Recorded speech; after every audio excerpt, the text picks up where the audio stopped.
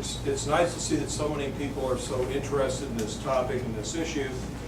But my question has to be, why am I even here? Back in the 1990s, we had a federal commission, the National Gambling Impact Study Commission. It was sponsored by your congressional delegation as well as our congressional delegation out of Illinois. We were one of the first states to get casinos. And we're about to become the largest gambling state in the country, larger even than Nevada. So once the camel's nose is under the tent, it's going to keep expanding and expanding and expanding. This is all about gambling, and particularly it's all about slot machines, which are known, according to the national report, as the crack cocaine of creating new addicted gamblers. Now this called for a moratorium on the expansion of any type of gambling anywhere in the United States. And there were quite a few gambling people on this commission. And even so, you have to read it carefully, and you have to read through the terminology. But when you get through the terminology, it is a very negative report on gambling. And if you need to get through the terminology, you can contact the former executive director, Tim Kelly, who's now a professor out in California. And I'm sure he'll be glad to come in here and talk to you about the report and interpret some of the things which may be given to you misleadingly by pro-gambling interests. But it's a very negative report on gambling. Also called for the recriminalization, the rollback of slot machines where they are convenient to the public. And so here you see proposals for 4 casinos right in the middle of your major population bases.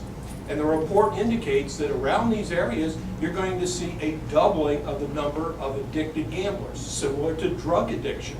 They're going to lose everything they have. They're going to raid their families' coffers. We find that around these casino facilities, people are spending 10% less on food, 25% less on clothing, 37% have raided their bank accounts for gambling money.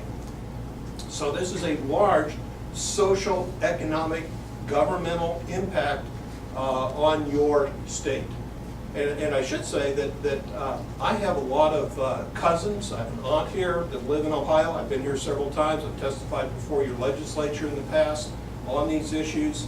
I testified before Congress on these issues. So we know what we're talking about here. Now this was back in the 1990s. This final report came out in 1999. And we have today the 2008 United States International Gambling Report, which says it's even worse with the last 10 years. It's expanding everywhere. States have been ignoring, and people should ask why they're ignoring, why states are ignoring, or why legislatures are continuing to go against the National Gambling Impact Study Commission. Well, we have the 2008 United States International Gambling Report that repeats the recommendations of the federal report. We have the 2009 United States International Gambling Report. They're getting thicker and thicker because we've got more and more research. We've got 50 studies and congressional references to studies in these volumes. They are all highly negative on gambling. So the bottom line is, don't do it. Now, specifically, I was asked to address a couple of issues here. And one was what we call the ABCs of gambling. And I think this is in your press file. Some of these are pages out of the United States International Gambling Report. There may be a couple of pages out of the federal report here as well. But the first page that was brought to my attention, what we call the ABCs of gambling. New addicted gamblers, new bankruptcies, and new crime. New addicted gamblers doubling around these gambling facilities. It's largely a function of the slot machines, the crack cocaine of creating new addicted gamblers. Bankruptcies up 18 to 42%.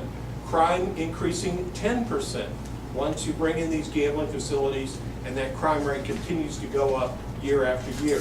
Now that's a definitive report that took about 10 years to produce academically. It's done by professors Grinnells and Mustard, and it's published in the leading, or one of the leading economics journals in this country, published by Harvard and MIT.